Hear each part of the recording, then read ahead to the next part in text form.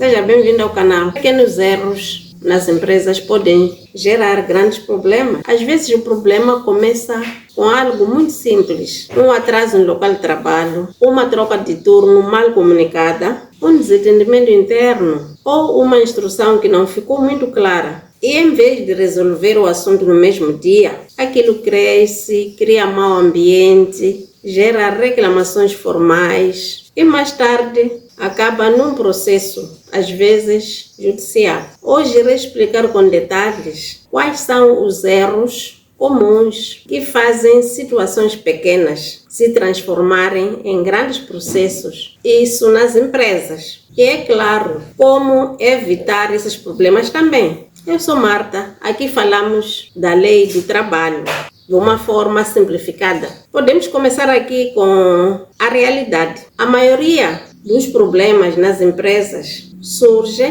nas falhas internas e não porque aquela empresa é injustiçada. Muitas empresas até têm boas intenções, tratam bem seus trabalhadores, pagam em dia os seus salários, mas pecam em pequenos detalhes. O direito de trabalho funciona como uma prova. Uma conversa verbal não diz nada se não estiver registrada. Uma regra não formalizada não pode ser cobrada. Aqui estou a falar de um regulamento interno, por exemplo, que não foi autorizada, não vale para os trabalhadores. Um contrato incompleto deixa espaço para interpretações que mais tarde prejudicam a relação laboral. Ou seja, pequenos descuidos viram grandes problemas. E é sobre isso que falaremos aqui no vídeo. O primeiro erro dentro de uma instituição é a comunicação fraca, desorganizada, informal. Muitas empresas funcionam no improviso. Os gestores comunicam verbalmente, fazem mudanças de última hora e confiam que todos os trabalhadores perceberam. Posso te dar um exemplo aqui. Uma empresa alterou o horário de trabalho por causa de uma urgência. E o gestor fala com o trabalhador no corredor. Amanhã vem às 7, está bem? O trabalhador diz sim, mas no dia seguinte aparece às 8 horas. Porque interpretou que era apenas uma sugestão, não uma ordem. Tenta aplicar uma advertência. E o trabalhador diz, ninguém me informou oficialmente, sem e-mail, sem circular, sem mensagem formal. Não há provas. Resultado, a advertência fica anulada. Daí, o conflito nasce. Por isso, a falta de comunicação formal é um erro. Falta de registro, a empresa não tem nenhuma defesa. Pequena confusão gera processos judiciais. O segundo erro é o colaborador trabalhar sem contrato ou ter um contrato incompleto, genérico ou que não reflete a realidade da função. Muitas empresas ainda usam modelos antigos, copiados na internet, desatualizadas ou sem cláusulas essenciais quando se trata de Moçambique. Quando o contrato é fraco, o trabalhador tem espaço de até fazer alegações que a empresa não consegue rebater. Posso dar aqui exemplo de um contrato que apenas diz: o trabalhador exercerá funções administrativas e pronto, mas nada. O trabalhador começa isso com o tempo, não é? Começa a fazer atendimento ao cliente, preparar relatórios, acompanhamento profissional ou operacional e apoio à instituição. Ou seja, este colaborador está a exercer funções fora do que foi contratado. E quando surge um conflito, ele diz: eu fazia mais do que aquilo que o contrato dizia. Tenho direito de uma categoria superior, salário diferente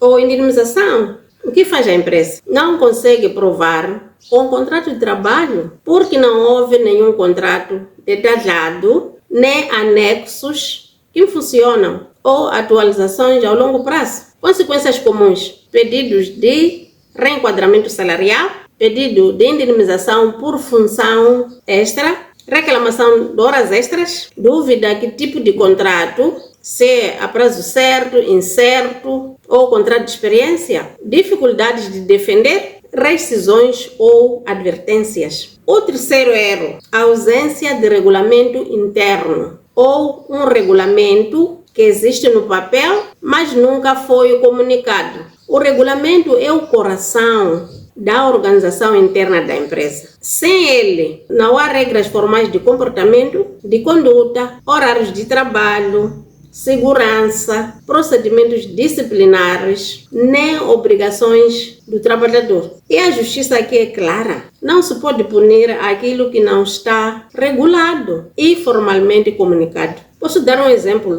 de uma instituição onde o trabalhador decide faltar 10 dias consecutivos. Quando a empresa tenta aplicar uma suspensão do trabalhador, o trabalhador contesta, simplesmente. Onde está a regra que obriga? E tem razão nesse caso. Se o caso estiver no tribunal, o juiz pode perguntar à instituição: está no regulamento interno? Está assinado? O trabalhador foi informado? Se a resposta for não, a sanção cai. Resultado, a instituição perde o processo disciplinar ou judicial e a tensão aumenta na instituição. Consequência prática: impossibilidade de aplicar medidas disciplinares, anulação de advertências, processos por assédio moral disciplinar, dificuldade em justificar despedimentos. A lição aqui é muito clara. A prevenção evita grandes problemas legais. Tudo deve-se fazer hoje. Um e-mail, um contrato de trabalho completo, uma assinatura, uma norma interna, porque amanhã pode ser tarde demais. A prevenção é sempre mais barata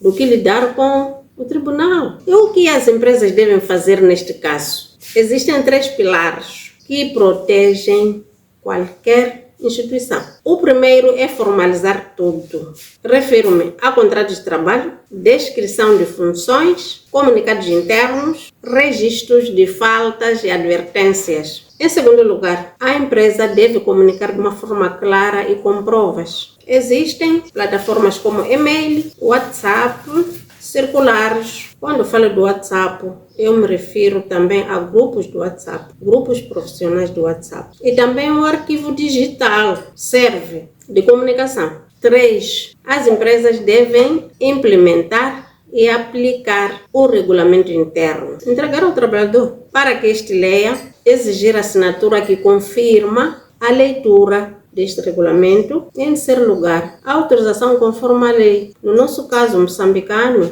todos os regulamentos devem passar pelo Ministério do Trabalho ou numa delegação provincial, caso estejam na província. Quando estes 3 pilares funcionam, a empresa fica blindada contra a maioria de conflitos que normalmente gerariam processos. Portanto, se quiser aprender mais sobre a Lei do Trabalho, se inscreva no canal, partilhe e ative o sininho para não perder as próximas publicações sobre a nossa nova Lei do Trabalho. Eu te vejo no próximo conteúdo.